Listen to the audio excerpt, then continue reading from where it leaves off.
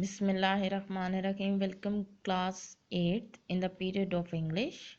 As we are doing present indefinite tense, today we will do last exercise of present indefinite tense, and exercise 5 contain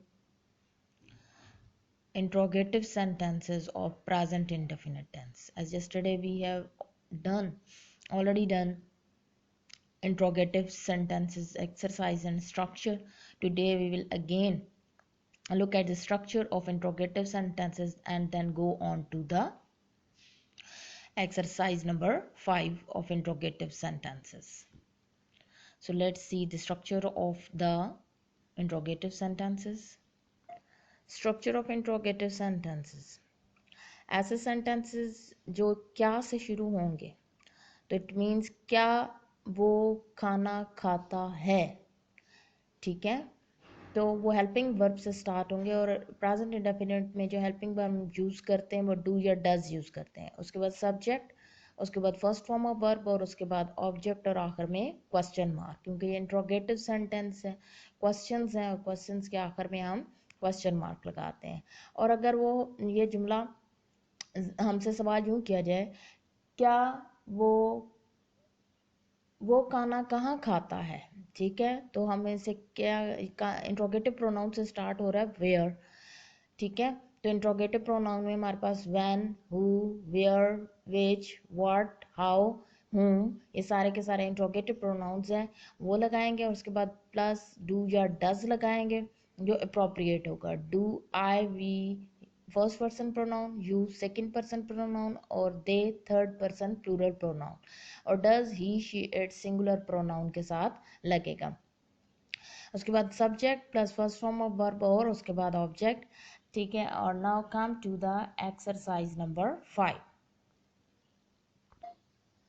exercise number 5, sentence number 1, क्या वो लूमड़ की मुनासिब कीमत तलब करता है।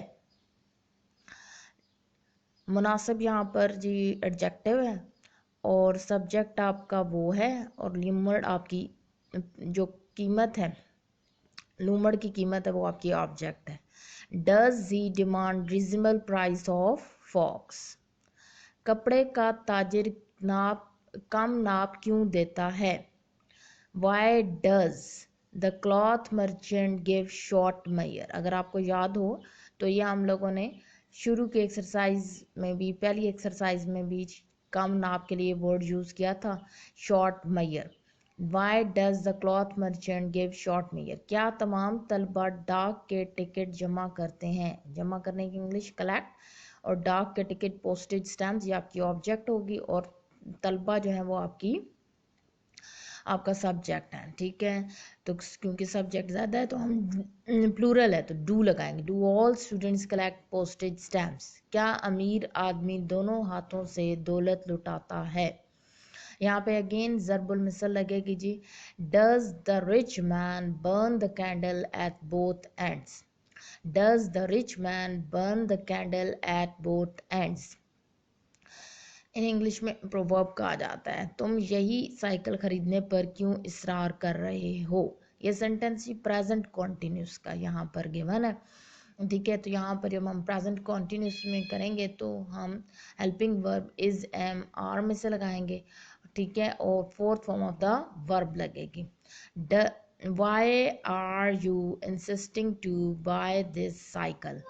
और अगर ये सेंटेंस हो प्रेजेंट इंडेफिनिट में, तुम ये साइकिल क्यों खरीदने पर क्यों इसरार करते हो, तो हम करेंगे why do you insist to buy this bicycle. Why do you insist to buy this cycle.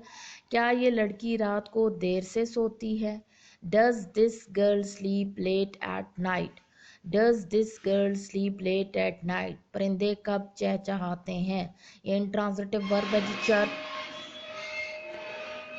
When do birds chirp. When do birds chirp. लोग उर्स पर लोग क्यों गाते और नाचते हैं। Y do people sing and dance at Urs. U R S Urs, Urs के लिए उर्सी लगाएंगे जी। Why do people sing and dance at Urs. Come to sentence number 9। क्या वो किसी की परवाह नहीं करते हैं। Do they not care for anybody, ये नेगेटिव इंट्रोगेटिव सेंटेंस है कि इसमें नॉट भी लगा रहे हैं और इंट्रोगेटिव भी सेंटेंस है, तो ऐसे सेंटेंस को हम नेगेटिव इंट्रोगेटिव कहते हैं। Do they not care for anybody, आप किस किस्म के ख्वाब देखते हैं। What sort of dreams do you dream, यहाँ पे एक दफ़ा ड्रीम्स जो है वो नाउन के तौर पर है और दूसरी तरफ ड्रीम जो है वर्ब की तरह। What sort of dreams do you dream, तुम तर्जमे की मशकें मुझे क्यों नहीं दिखाते हो।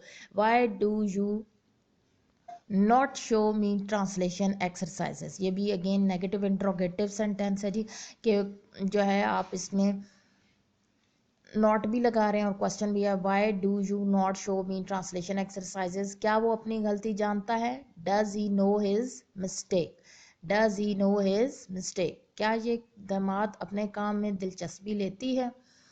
जब भी आपके पास कलेक्टिव नाउन आता है, जमात कलेक्टिव नाउन है ना, तो इसके बाद हेल्पिंग वर्ब जो यूज़ किया जाता है या इसके साथ जो हेल्पिंग वर्ब यूज़ किया जाता है वो सिंगुलर होता है, ठीक है। Does this class take interest in its work, क्या पाकिस्तान में बारिश सिर्फ मौसम गर्मा में होती है। Does it rain only in summer in Pakistan, does it rain only in summer in Pakistan, पहाड़ों पर किस मौसम में बर्फबारी होती है।